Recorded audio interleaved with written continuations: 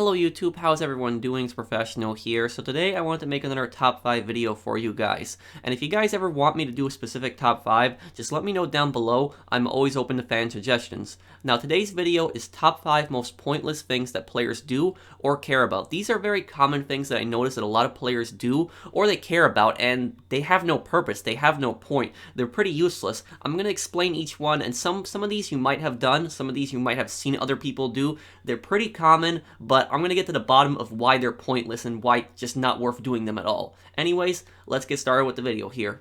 Starting off at number 5, we have sourcing random hangar cargo. Now I'm making another mistake in this video. Not only am I sourcing random hangar cargo, but I'm also doing it solo. You should not be doing hangar solo. A lot of people also do that. It's much better to do it with 3-4 people, because then you're sourcing 3-4 crates. If you do it solo, you're just sourcing one crate, and oftentimes these missions can take really long. But what's the problem with sourcing random hangar cargo? A lot of people, they ask me in live streams, they ask me in the comment section of my video, what cargo should I be sourcing? And I've noticed people fill up their hangars with really random crates. It's really random. It'll be like narcotics, it'll be a little bit of chemical, it'll be a little bit of tobacco and alcohol, it'll just be all over the place.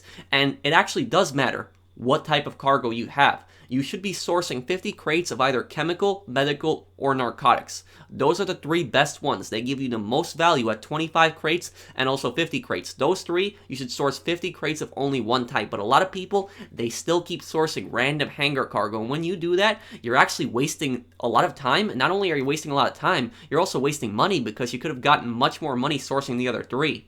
At number 4, we have doing non-top range car collections, and I guess we could also add on here sourcing mid and standard range cars. Now, with the import-export warehouse, you can only source top range car. To do this, what you need to do is you need to have 10 standard and 10 mid-range cars in your vehicle warehouse, and then after that, you will only source top range cars. But there's a lot of collections in this game, a lot of different car collections, and a lot of these have mid and standard range cars, and a lot of people go for these. They like collecting them, and if somebody wants to collect them for the challenge, I guess I could understand it for the challenge, but other than that, most car collections are actually not worth it. There's actually 2 car collections in my opinion that are actually worth it, and those are actually the one that's by the Sultan of Amir, and the other one is uninsurable. Those 2 have only top range vehicles, and those would be actually worth doing. The other ones, not really. And with a car collection, you don't upgrade it, and you just deliver all the cars to the drop-off point, and you just sell it. And the advantage of that is that you get a little bit of a bonus, but what's also good about it is that your associates get a bonus. They get that bonus also, but it's not worth doing unless it's those specific 2 top car collections. It's much more worth it just to constantly source top range cars and sell them. It's not really worth it collecting these mid and standard range cars and then selling them in collections. Just go for top range cars. Don't waste your time with the other collections. It's going to be a lot more profitable, because then you're going to have to collect all these different cars. You're going to have to see which one is for the collection specifically, and then not only that, but you're also going to need other people helping you. At least another person if you're selling 2 cars or 3-4 car collections. You're going to need more people to help you sell. Just sell top range cars continuously solo. It's the most effective way to maximize profit with import-export. Moving on to number 3, we have stealing supplies. Yes, stealing supplies, in my opinion, is pretty pointless. Now, I used to do steal supply missions a lot back in the day, especially when the MC businesses first came out. But then I realized that buying supplies is just much more efficient. Now, why do so many people steal supplies if buying supplies is more efficient? The reason they steal supplies is because they think that because steal supply missions are free, they think that somehow that's better. Buying supplies is actually much more efficient, and I know what some people are going to say. They're going to say, but you're wasting money on supplies. Wouldn't it be better to steal them? No, not necessarily, because what people are calculating when they have that mindset is they're only calculating costs. They're not calculating the amount of time that they're going to be wasting on these steal supply missions. Let me give you an example. 2 different players, player 1 and player 2. Now let's say that both players have the best MC business in the game. They both have weed, meth, counterfeit cash, and coke, and they also have a bunker. Player 1 will be stealing supplies, player 2 will be buying supplies. Now player 2 is going to be making more money, And the reason I say that is because think about it this way. Player 1, to refill those 5 businesses, is going to have to do a lot of different resupply missions. And some of these missions, they could spend up to 10 minutes on each mission, possibly even more, depending on what type of mission they get. And then when they complete the mission, they could get 1 bar of supplies. That's all they could get, because most of the time, they're going to be doing this solo. They're going to be stealing supplies solo. I mean, they could possibly have 2 or 3 friends helping them, but it's highly unlikely. Most of the time when people steal supplies, they're doing it solo. You either get 1 bar of supplies, or you get lucky, and you could get a van, and then you get 2 bars of supplies, but it's still not worth it. And you're going to have to resupply all 4 of those MC businesses, the 4 best ones, and then you're going to have to resupply also the bunker. And you can take a look at this mission right here. This mission is a perfect example. I'm doing a bunker resupply. Look at how far I have to go. I have to go all the way across the map to the city here. I have to fight through these soldiers. I have to take the tank. I have to drive the tank out here. Then I have to pick the tank up with the cargo bob. Then I gotta fly the tank all the way back to Zancudo, and I'm also getting chased by helicopters. I spent up to 10 minutes on this mission. 10 minutes. And then when I finally delivered the supplies, I didn't even get half supplies. I got like around 40% for the bunker. But for the MC businesses, most of the time you're going to be getting a bar of supplies. It's not worth it. It's much more better to buy supplies. When you buy supplies, you're going to be spending money, sure, don't get me wrong. But what you can do in that time is you can multitask. All of your businesses are going to be stocked up on supplies. They're going to be producing.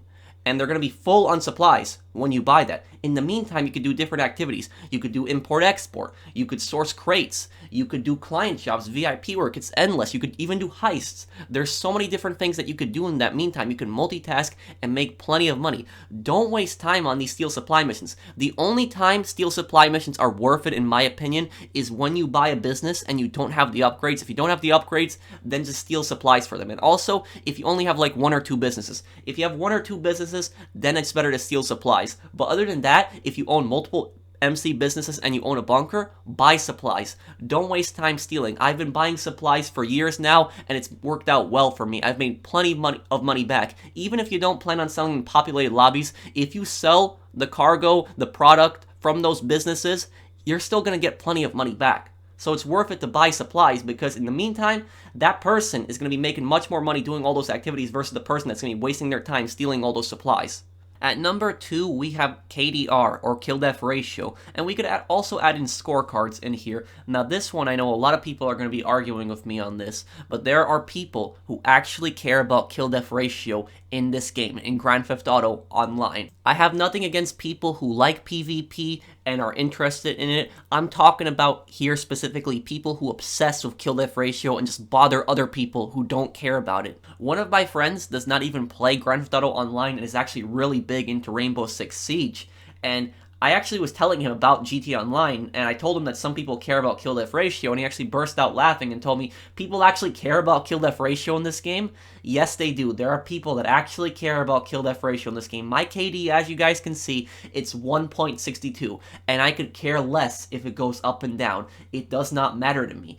But the problem is that there's so many people in this game that they care so much about that stat, and they just love showing it off to people. They love bragging about it. I've had numerous messages from people just spamming me, telling me, oh, my KD is higher than yours, or they tell me your kill death ratio sucks. Look, I'll admit, I'm not the greatest at ground combat. I'm okay. Not the greatest at it. I consider myself a decent pilot. But, I don't really care that much about the PvP in this game. I don't care for it. Because, having your high kill death ratio, having a high KDR, it's not going to get you money in this game. Your KDR is not going to get you money. It's not going to get you vehicles. It's not going to buy you properties. It's not going to buy you clothes. It's not going to get you any of that stuff. Having a high KDR does not matter on any of that stuff. The only thing a high KDR shows is it shows that you kill more people than you die. But this could be manipulated, because I've seen people with modded KDs, and I've also seen people that do the cheapest things to get kills. They could be abusing the most overpowered vehicles in the game, like the Oppressor Mark II. So it does not take that much skill to have a high kill death ratio.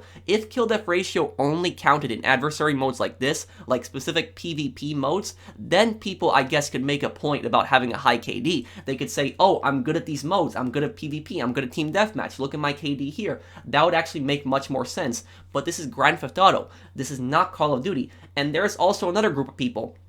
There's also people that say, I don't care about my kill death ratio, I care about scorecards. Well, scorecards, I don't care about them either. I don't. You can see some of these messages that I've gotten from people, you know, it's happened to me so many times where I get blown up by somebody, I get killed by somebody, and then somebody sends me a message saying, 1-0, you got destroyed. It's just honestly a joke, and a lot of people make fun of it, and a lot of people joke around about it, and the reason that people joke about it is because there are actually people out there like that. They actually think that because they get that one kill on you, they somehow believe that they're better than you at the game, that they're absolutely amazing. Well, I'll tell you this, a lot of people that I've noticed that have really high KDs in this game, they actually don't have most of the properties. They don't have a lot of the businesses. They don't have that, and they have modded or glitched money because they don't know how to make money. All they care about is PvP. Like I said, PvP in this game is not going to get you cash. It's not going to get you all these businesses. It does not matter. I don't care if my KD is high.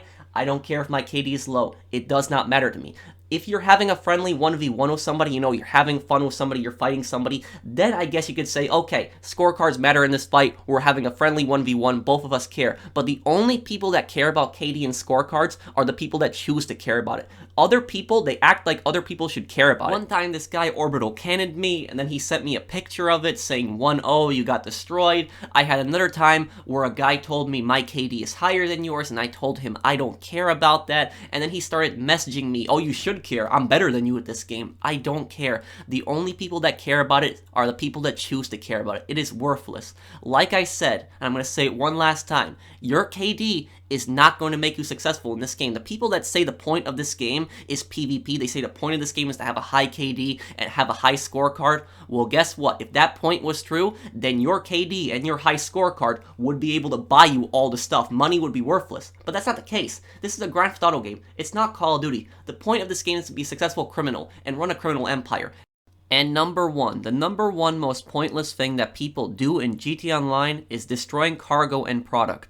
This takes the number one spot because not only is the person who is destroying cargo, not only are they wasting their own time, but they're wasting somebody else's time. So this affects everyone, just not just an individual. So you can take a look at this right here. This was from a few days ago. I was sourcing cargo crates with my friend right here, and we had the out to sea mission. And it was just us two. We collected 2 crates, and we had 1 more crate in the water out there. I was going to fly my friend back there. I was keeping the engine running. We were going to go get it. But this guy took the time to fly out there with an Oppressor Mark II and just blow up and destroy the crate. I don't even know why he did it. I flew right back there. He locked onto me, tried to blow me up. Then I had to fly back to the warehouse, and I saved the last second crate. But the thing is, though, right after that, the guy left, like 1 or 2 minutes later. And you know, what is the purpose of this? Why do people do this? Why do people do this? Why do people choose to waste their time, waste other people's time like this? You don't get any kind of reward in this game. I don't care if the game tells you to go and destroy cargo. You know, people that destroy cargo, they often justify it by saying, oh, there's that little notification in the pop-up top of my screen telling me to go destroy cargo. Just because there's that notification doesn't make it correct to do. And what do you get for destroying cargo? No matter how much you destroy, you could destroy over $1 million worth of cargo, and what do you get? You get $2,000. Anyone who thinks that is worth doing either is a beginner at the game or has absolutely no idea what they're talking about. How is $2,000 worth it destroying millions of dollars worth of cargo? You're hurting that person really bad and just wasting your own time. $2,000, that's like pennies in this game. That's almost nothing. It's just a giant waste of time, but people still keep doing this. Why do people keep doing this if it's so pointless? The reason those people do it is because they just like destroying people's cargo. They like griefing. They like ruining other people's experiences. But people still continue to do it, and they justify it with that stupid little notification at the top of the screen. It's just a giant waste. I don't know how someone could destroy millions of dollars worth of cargo just like that. But I hope that you guys enjoyed the video. If you did enjoy the video, drop a like. If you're new to my channel, enjoy my content, subscribe. And I'll see you guys in the next one. Take care, everyone.